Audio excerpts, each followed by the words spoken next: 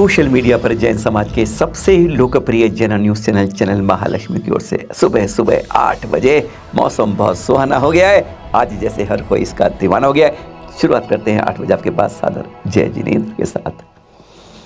शीर्षक पढ़ चुके हैं मोनाप। जी हाँ, Jain university Bengaluru centre for management studies CMS इस नाम से मशहूर है ये विश्वविद्यालय का कॉलेज। बस इसी में तो ये विवाद हुआ 3 दिन पहले की घटना के अंदर।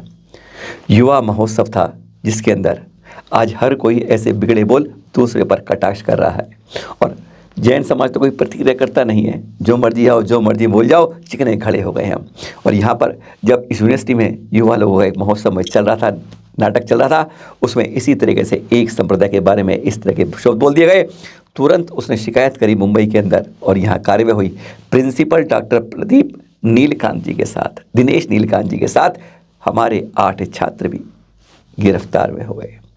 तुरंत कार्रवाई हुई। 9 गिरफ्तारी जैन यूनिवर्सिटी से हो गई, जैन विश्वविद्यालय से हो गई बेंगलुरु के, कि आपने उनके बारे में अमर्यादित बोल बोले हैं और उस वीडियो को बाद में सोशल मीडिया पर भी डाल दिया गया था। आज इस तरह की हमें अपनी ज़ुबान को संयमित रूप से बोलना चाहिए।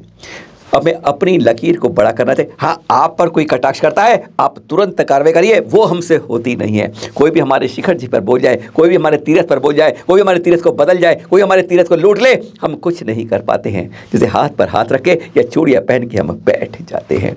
और यह हमें बताता है संदेश कि जब भी कोई गलत बोले आवाज़ तो उठानी चाहिए, जिससे आगे भी इस गलत आवाज़ों पर लगाम लग सके। मंत्र रपो नवकार मनवा, मंत्र जपो नवकार। 5 पदों के 35 अक्षर हैं सुख के दातार। कहते हैं ना, रोज़ पढ़ते हैं, आप पूजा करते हैं, पाठ करते हैं, यहाँ जाते हैं, वहाँ जाते हैं, मंत्र नवोकार तो हर समय जप लेते हैं, पर हम किस तरह जपते हैं, कभी उसको शब्दों की बजाय अंदर उतारने की भावना हमारे अंदर आज तक नहीं आती है। मैं देख रही हैं किस तरीके से एक आर्य का सिखा रही है माता जी कि नवकार मंत्र आपके शरीर का सुरक्षा कवच बन जाता है। इस तरीके से कोई अप्रिय घटना आपको रोक देती है, विश्वास नहीं करेंगे आप। लेकिन जो एक बार अंजन चोर की तरह इसको बार रट लेते हैं, पढ़ लेते हैं, कहते हैं वो अपना इस जन्म को पार लगा लेते हैं। विश्वास कीजिए, इस पर श्रद्धा भक्ति समर्पण होगा तो सचमुच इसे चमत्कृत रूप से एक अभेद कवच बन जाएगा। जरा सुनेंगे आप ये, एक बार इसको धारिए, श्रद्धा में घुनघुनाइए। केवल रटने से, बोलने से कुछ नहीं होगा। सुनिए जरा। नमो अरिहंताणं, नमो सिद्धाणं, नमो आयरियाणं, नमो वच्छायाणं, नमो लोहे सभ्यसारणं, ऐसो पंच नमो सभ्य मणाजनो मंगलांजन सर्वेसी परमं हवै मंगलम। फिर ये 5 बार है ना, इससे बाहरी वादा ऊपरी वादा का कोई डर नहीं। ये 5 बोलना नहीं, पढ़ते रहो नमो का मत पढ़ के। ये 5 बार 5 बार, 5 बार बोलते हैं। वो भी एक ही नमो का हाँ, बस एक बार कवच का। लेकिन रोज बनाना, चाहे कुछ भी हो जाए। अगर आपको मान लो दोपहर में याद आ रहा है तो दोपहर में गाड़ी में बैठते समय बना दो, है ना। आप घर में बाथरूम में भी स्लिप हो जाओ ना, कई बार ऐसा होता है, अचानक बाथरूम में स्लिप हो जाते हैं, फ्रैक्चर हो जाता है, उससे भी आप बच जाओगे। कुछ नहीं होने वाला, क्योंकि आपने अपनी बॉडी का सुरक्षा कवच बना लिए हो। इसलिए अब कुछ भी किसी प्रकार की कोई टेंशन नहीं है। और फिर उसके बाद जैसे आजकल होता ही, हम देख ही रहे हैं, बहुत सारे लोगों को ऊपरी वाता परेशान करती है और डॉक्टर भी हाथ खड़े कर देते कि हमारे पास कोई इलाज नहीं है इसका, तो हमारे लिए ये सबसे अच्छा तरीका है ना। तो ऐसा जरूर करना, चाहे कोई वो छोटी गाड़ी चलाए चाहे बड़ी गाड़ी चलाए, कोई सी भी गाड़ी चलाए तो अपना सुरक्षा कवच बनाकर ही निकले घर से, चाहे कुछ भी हो, अपनी सुरक्षा। अब चूंकि आपने इतने सारे लोगों ने सीख लिए, यहाँ जितने भी लोग बैठे, 20 भी बैठे, 20 यदि एक व्यक्ति 20 लोगों को बचाएंगे तो कितने सारे लोगों को पता चल जाएगा। सबको सिखाना, कोई टेंशन नहीं है। जितना बन सके उतना बांटने का प्रयास करना, क्योंकि हम चाहते हम भी सुरक्षित रहे और हमारे परिवार के लोग भी सुरक्षित रहे। तो कैसे सुरक्षित करेंगे, तो ये सबसे अच्छा हमारे पास उपाय है। इसमें कोई पैसे भी नहीं लग रहे, कोई दवाई नहीं खानी पड़ रही है, किसी से कुछ से कहना भी नहीं पड़ रहा है, खुद का 2 सेकंड का काम है, फटाफट हो जाता है। इस फोटो को देखिए, पिता पुत्र के चरण छू रहा है।